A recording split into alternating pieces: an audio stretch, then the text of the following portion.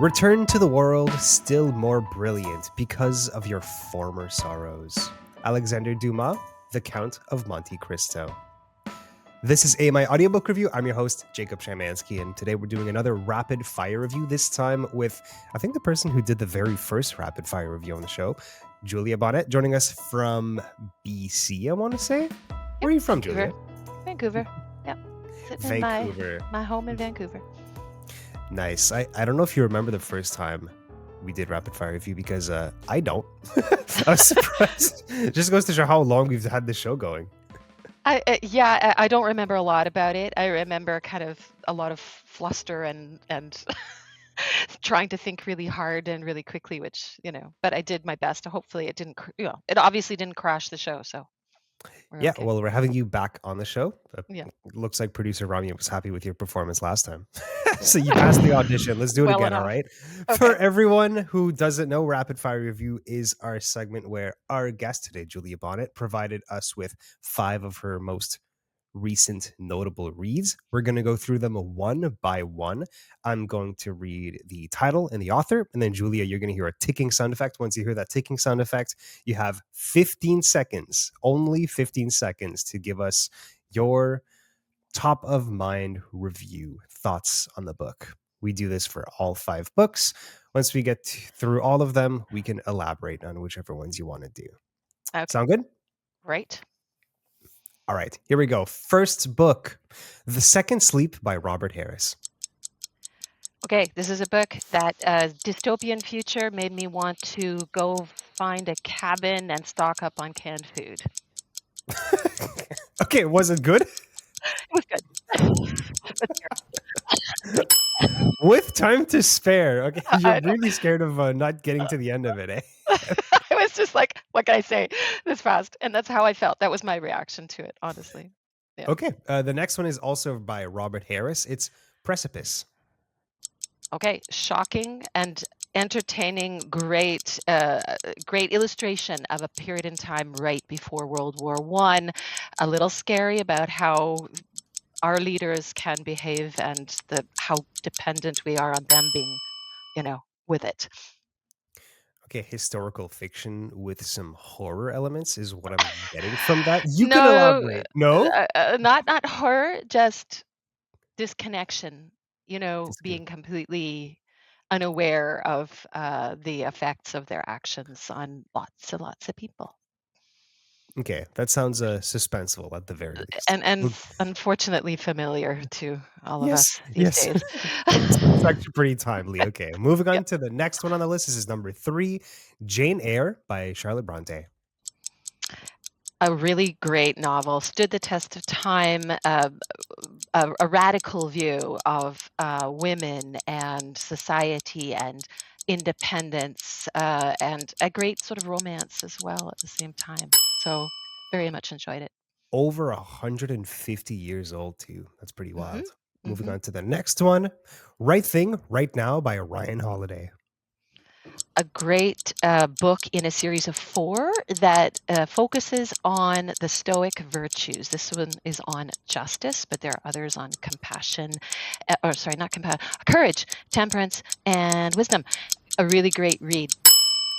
Okay, put an asterisk on that one. I have so many questions. Let's get to the I know. last one first. The Count of Monte Cristo by Alexandre Dumas. In my view, this is a holy book. It should be alongside a whole bunch of other ones on the great values and about how life is. But I would highly recommend it. Skip the movie, read the book. Yeah, forget the movie. The book Yeah. itself still stands the test of time. I love this one. Yeah. We'll get to it a Amazing. little later. Let's go. How about we take these 2 Robert Harris books as a pair Yeah. here? What's the deal with Robert Harris? Because you've read 2 of his books. You're clearly a fan. Yeah. No, and I mean, I actually haven't read even really a large sample of his, but I really love his writing. I love how a lot of his books look back, but also look forward at the same time. And I would, I think Fatherland, I think, is another one of his novels that might have even been turned into a movie and a series. Like he's sort of obviously catching a lot of people's attention. Mm. So he's been around a while, but I really have enjoyed the characters in his books, and I find in the audiobooks in particular, they do very well with the narration. And I would, again, I like historical fiction, and so that's what's kind of drawn me to the ones that I have chosen. I also read another one on the V2 rocket. Um, but again, in Wow. the instance of that book, the development under the Nazis was done by people who eventually led to the space program in the United States and the landing on the moon. So it looks back, but it also kind of looks forward at the same time. Yeah, I really appreciate historical fiction too. A genre that's still very popular too. It generally sells pretty well nowadays. Yeah. One thing I like to do with rapid fire review is, since I haven't read most of the books that we get for Mhm. rapid fire reviews, I like to go online and try to get a sense of the Mm, reviews of the books and the common complaints, mhm. and then get the guests, that's you, Julia, to like Yeah, confirm. right. And one thing I saw a lot from people talking about Precipice by Robert Mhm. Harris is that it's Yeah. pretty boring. And that especially the epistolary parts Oh, where it's like exchanges of letters. People yeah. really whinge about that bit. What are your thoughts on that? Well, I I suppose the letters maybe, okay, so just to set the scene because it's kind of important to the story, is set just before the First World War, and the letters are between Prime Minister Henry Asquith and Venetia Stanley, they were having an affair, and she was 40 years younger, and it's all kind of weird. Ew. Um, but it the thing that is kind of interesting is watching him kind of, I don't know, begin to obsess, let's say, over this relationship while the rest of the world is falling down around everybody's ears. And Britain is kind of ends up joining the First World War, and the characters, that are involved and even mentioned, in some of the letters, uh, people like Winston Churchill and Lloyd George. You know, I could have done with maybe a few less letters, but found it quite Okay. interesting that the postal service delivered 12 times a day in 1914, which is sort of like, why do we need email? We could just That's like do more a than lot. today. Oh yeah, oh totally more. Like, I mean, you could have a letter, write a letter to me, if we're in the same city, right? In the morning and have it there by lunch. It's really something. It was the way that they did things then. But yeah, maybe a fewer letters would have been okay with me. It's the small things like that in historical fiction that make you appreciate the research, right? Like you're not gonna Mhm. learn about that in school, but it's totally the type of thing that you would learn in historical fiction. Absolutely. And of course, Mhm. her responses were apparently made up. That is the dramatization of all of this, but his letters were actually his letters. Oh, Yeah. okay, so he, like, filled in the blanks. He filled in the blanks, and I think he Interesting. made up a Mm, character of mm. an investigator, like a detective, and it involves kind of some internal politics in how this kind of all unfolds. But one of the things that is sort of remarkable about the letters and why somebody took the time to really write this book, I think, is because along with these letters, Henry Asquith, a sitting prime minister, during war and during cabinet meetings, like he would take official secret documents and send them to his 26-year-old lover, uh, as tokens of affection. Like, it was bizarre. Like the guy, and the book starts out with a little anecdote or little story about someone who dies on a ship, on a boat going for a pleasure cruise on the Thames, and kind of the way that the class, like this elite class, kind of covers up for who's sort of could partly be responsible for it, and so that kind of parallels, I think, the idea of how the First World War happened because of an out of touch elite class that really just kind of thought this would be you know, of Okay, that's a pretty this war. thorough analysis. I think if people are wondering if this book is boring, I think at this point they'll know based on that whether they think it will or won't be. So really Yeah. appreciate it. That's Precipice by Robert Harris. Jane Eyre came Mm, out in 1847. yeah. Does Yeah. it feel like it came out in 1847? Well, in some ways, yeah, for sure, because, I mean, they're stuck in a period where, there's a lot of, what we might call backward ideas about women and colonization and all that kind of stuff. Yet at the same time, right? I think the timeless nature of her growth and her struggle, born an orphan or, an orphan as a child and growing up and ultimately, having to grapple with her, her identity and her decision to stick to her own values in life, in the face of all kinds of bizarre twists and turns in life. I think that's a kind of timeless thing that can be applied to not just women but men, at any time in history. Why do you think it stood the test of time? Well, I mean, I think it's good storytelling. It's got a lot of the kind Mm, of, you know maybe tropes of the literature, right? Like, and mm, especially, in Victorian era England, where it's rags to riches, right? I mean, there's an inheritance, and boom, all of a sudden, the issues of romance between classes kind of goes away, just like it, mm. it does in other books as well. Um, but it, I think there's there really always will be that kind of question, how do we live our lives? Are we influenced by those around us, or do we decide, no, these are my values, and I'm going to make my decisions based on what I believe is right? So this book at the time when it came out was pretty politically divisive, Mm, especially in conservative circles, yeah. purely because of the fact that the main character is a woman and that she's Hmm. also what they might call an uppity woman Uppity women, at the time. exactly. Yeah, Yes, yeah. there was a publication, a popular weekly periodical in 19th century England with an amazing name called The Mirror of Literature, Amusement and Instruction, which when I was looking this up on it, just made Yeah. me laugh, had an anonymous review that Oh, said, "It would be no credit to anyone to be the author of Jane Eyre. yeah. The heroine Hmm. herself is a specimen of the bold, daring young ladies who delight in sidestepping conventional rules."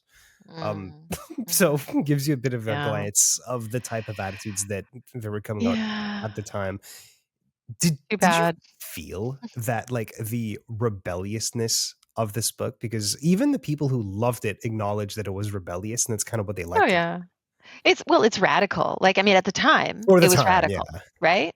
And for now, it just seems like true. Like, it just seems, yes, of course, a woman is an individual with her own destiny and should be able to Really? make decisions about that. Yeah, I mean, to me, I'm sorry, you're joking, and I'm, of course, in my literal mindset here, but It's yeah, it happens to be.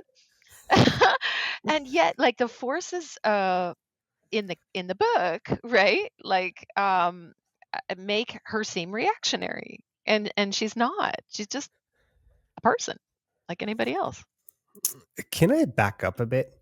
You Mm, mentioned that this is just what are the reasons that it stood the test of time? Is it's just good old fashioned storytelling? yeah. Like, what about it is good storytelling? Is it like the twists and turns or the character Yeah. motivations? Like, what's the deal with the story itself that makes it engrossing? Well, I think there's a few things, right? There's that rags to riches, like, she does progress. She does do she works hard, and she kind of pulls herself up out of a difficult situation, becomes a teacher at the residential school she's living at. She ends up being a governess in one of the great houses in England, and ultimately attracts the attention of the lord of the manor, and becomes romantically entangled with him. So there's a bit of a Cinderella story element there. But I mean, there's also the mystery and the horror, like that, the kind of the horror, right, of what is Horror. actually on Mm. the top floor of the manor, right? So there's a mystery there, and kind of the tragedy that's part of that story, the story of the man who ultimately becomes her husband, right? So Hmm. it's a very, I think it's just got a lot going on, and it anytime, there's a somewhat happy ending, I think people enjoy that too. Um, The Count of Monte Cristo by Mm, Alexandre Dumas came out around the same time as yeah, Jane Eyre by Charlotte Brontë. I think The Count of Monte Cristo came out, was it 1845, just 2 years previously, 1844? I forget. yeah. Do you find they're similar in any ways? Like, are they comparable? I Interesting. I mean, of course, this is like post-revolution, French Revolution, right? And I think people had suffered so much in France, I think the perspective is slightly different. I mean, certainly it's about, your own personal agency, I think, right? And the choices that you Mm. make. But it also, the themes are a lot around fate, vengeance, Yes. divine, Yeah. versus human Fate. Right. accounting and Mhm. things like that. And yeah, this is why I sort of think it's a bit of a holy book, because I do feel like as we go through life and things happen to us, you get to kind of um, wondering, like, how much control do I have over this, right? And sometimes I don't know. I feel like uh, oftentimes, I mean, the last, and you gave a quote already, but the last line of the book is also widely quoted, and I can't remember exactly, but it is along the lines of, sometimes in life you just kind of have to wait and hope, Hmm. and that is one of those things that kind of goes against our current way of thinking, I believe, because we have so much invested in the idea of, pull yourself up by your bootstraps and go for it, live your best life, right? But there are times when things happen and you just don't have that much control over it. I mean, vision loss is one of them, right? Yeah, that's true. So, And it's, that kind of ties into the quote that I read at the start, which had to do with mhm, acknowledging that your sorrow informs your future and it only makes you stronger in the end, right? This idea that right. pain, you can only really experience joy if you understand sorrow and have experienced sorrow Mm. yourself And because you the need that resilience. perspective, right? Yeah. Yeah. And Uh, have the resilience to kind of keep going, right? The Count of Monte Cristo is universally beloved. If you go online anywhere and look for book Yeah. recommendations, you're going to see The Count of Monte Cristo all over the place to the Yeah. point where it's kind of obnoxious. Um, it's it lives up to it. It's a Mhm. massive, massive book Yeah. that kind of got me into audiobooks in the first place. I think it was like one of the Ah, first audiobooks that I read. It was such a cool yeah. experience. I remember it very vividly. Yeah. But this is also a book that I would describe as being a just good old fashioned storytelling, a Yeah. story of revenge that's just kind of fun. Yeah. If I can give a brief synopsis for the people who aren't familiar, Yeah. and you can help me fill out the blanks here. Edmond Dantes is this up and coming sailor who's about to get married to this woman that he loves, and then gets blackmailed for apparently trying to bring Napoleon back to France, basically being treasonous. And then he gets sent to jail for 7 years. And during his time in jail, he ruminates on his revenge against the four people who blackmailed him. And in his And time, sorry, I'll just jump in. He doesn't know it's gonna be 7 years, right? He thinks it's for the rest of his life until he dies, oh, that's a right? good point because he Yeah. does escape, Yeah. uh, kind of taking action to like move Mm. his life forward, right? And in his time in prison, he learns multiple languages and learns all of these skills. And then he doesn't even go right to Europe to start his revenge. He goes to what, like, where does he go again? Like somewhere in the Well, Middle it's East. yeah, no, no, no. So what it is Mhm, like there's somebody in the mhm. prison, he manages to connect with another prisoner who is this fantastic teacher, right? And priest, I think, really. And anyway, he manages to connect Edmond with a treasure. He says there's a treasure on the Oh, island of yes. How did I forget Monte about that? Cristo, right? Yes. And so that gives Edmond the resources to begin his new identity and his new life as the count of the island of Monte Cristo, right? And then he sets about going all over the place, learning everything he can, to then position himself, to exact this revenge. So he escapes from prison with all of this knowledge and, as you mentioned, a massive fortune, and then Yeah, proclaims himself the Count of Monte Cristo, this like that's right. lordship. Yeah, The island of Monte Cristo is a tiny little tiny rocky little island. island. Like it's Yeah, kind of a with joke. a cave full of Yeah, it's good basically an stuff. island with a cave where he found his treasure. So he's the Count of Monte Cristo now. He's almost like a superhero. He is inhumanly capable. He Yes. speaks 7 languages. He's like a good actor. He uses disguises. He has these different personas, like the Italian Yes, priest, exactly. the Yes. um, the English lord, Mhm. another. I mean, the Count of Monte Cristo itself is kind of a disguise as well. But when you combine like his resources, his money, the people, his entourage that he pays with his absolute fortune, he becomes this Yes. like, unstoppable force. And Almost like a god, he doesn't just right? go and yeah, he is kind of a god, and he Yeah. develops like a god complex in his Yes. process of revenge. And it's not like he wants to just go and find the 4 dudes and shoot him in the face, and that's that. No, He yeah, makes no, no. elaborate, ridiculous, Oh, over the yeah. top revenge. He Yeah. illustrates he Lots of orchestrates suffering. these yeah, lots of suffering. It's really neat. He orchestrates this like super over the top revenge, like personalized for these 4 dudes. Like Yeah. instead of just going to the banker and Yeah. killing him, Yeah. he orchestrates this Destroys. big like bank market crash and makes the guy think that it's his fault, Yeah, and yeah, then make sure he knows that he was behind it. Like yeah, it's so glorious and devious, and you can just get behind it. But he develops a bit of a god complex. mhm. Yeah, yeah, and he Mm. begins to kind of question himself, doesn't he? Like, Mm. is this his role really in Yes. life? Like, Mm. all the suffering, right, that he causes, is this really up to him to to to go so far, you know? So, holy book. I never heard it described that way, but I would agree. It's a It masterpiece. yeah, it made me cry a few times, right? And again, I hate to keep bringing it back to vision loss and whatever, but it really does. When someone goes to prison for the rest of their life, the things they're facing are potentially some of the things that people with vision loss may face, that they have to deal with mentally, right? Because you can go to a prison in your mind, and Hmm. you have to find your way out of it, right? And so I suppose that resilience that you get from that process is what I saw, um, as the wisdom of Dumas in his writing, for his audience at that time. It's like, let's dig ourselves out of this. This has been horrible. Let's dig ourselves out of it. The blackmailing and him going to prison and then escaping and discovering the treasure all happens within like 5 chapters. Yeah, There's like 100 chapters in the book or something ridiculous like that. It's massive. it's So really if long. people are Yeah. intimidated by the length of this thing, just Mhm. know that it starts very fast and then the beginning is masterfully written, like immediately gets you into it. Yeah. Um, one more book that we didn't really get to.